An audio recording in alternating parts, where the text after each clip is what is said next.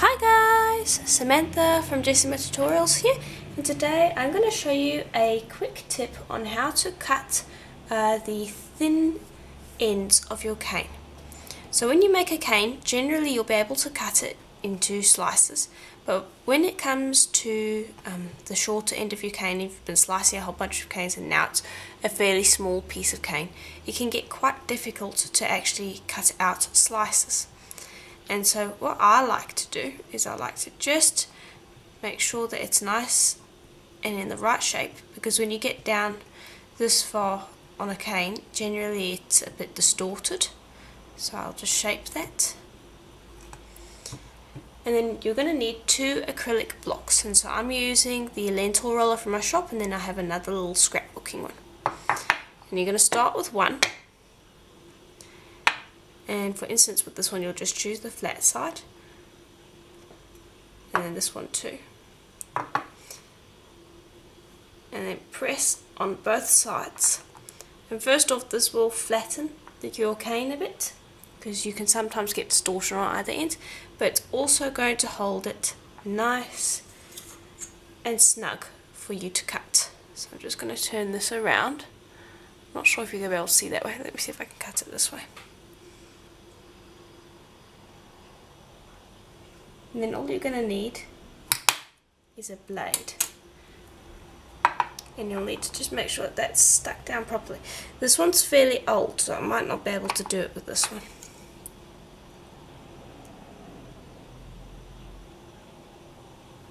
There we are. I'll enable you to cut a nice even slice, even though it's getting quite thin. And this one is about 2 years old. So it's fairly hard, but the ones that are nice and fresh, they're definitely easier when it comes to this, because they'll stick to the acrylic block. There you go. But still, even with the old ones, it enables you to cut nice even slices. So if you're having trouble cutting nice thick even slices, this is another method for you to do it, and you could continue cutting. I probably could get another 2 slices out of there. Now I'm going to try with a fresher cane. Let's see, I've got a little flat spot there. Okay. Make sure that they're on the tile when you do this, and then just gently press from either side.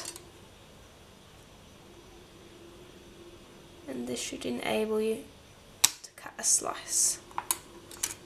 And now of course there is going to be a little bit of distortion, and it's your job to go back and fix that. But it does enable you to cut out slices, and you can do this with any size cane. The smaller ones will definitely be easier, so let me just bring over one of those. I've got this one, and let me just cut this in half so that it's small, and we'll see how that goes. I'll just quickly reduce that down. And if you're wondering what this is, it is my faux amethyst geode slice cane. Now I'm not sure if I've put that tutorial out yet. If I have, you'll know. If I haven't, then this is a YouTube short tutorial coming up. Okay.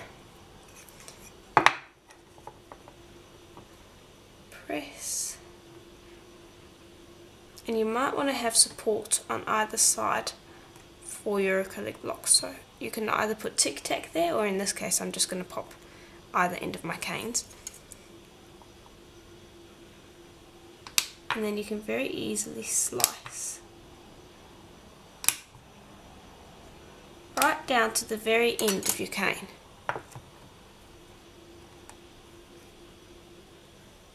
And there will be distortion, the same as when you're usually cutting, but that will happen with whatever slicer you use. You can use the Lucy Clay slicer, you can use a simple slicer, those aren't selling anymore, or you could just use your blade. So this is a way that you can get nice even slices without your cane kind of slipping all over the place or really warping on either end. And just go back and quickly remold those slices. And so I hope that tip was helpful to you. It's something that I do like to use on a fairly regular basis, because whenever you're making canes, you know that you get down to like the really thin dregs of a cane. and it helps when you can cut out those pieces as well, because sometimes that's just the amount that you need for a project. So let me know what you thought in the comments below, and if you have any other problems that you would like me to think of tips to solve in any polymer clay related area, whether it's varnishing, baking, drilling, making veneers, things like that. Let me know what problems you're having, and I'll see if I can create some tip videos to help you with your problem. And as always, I'll see you in the next tutorial. Bye for now.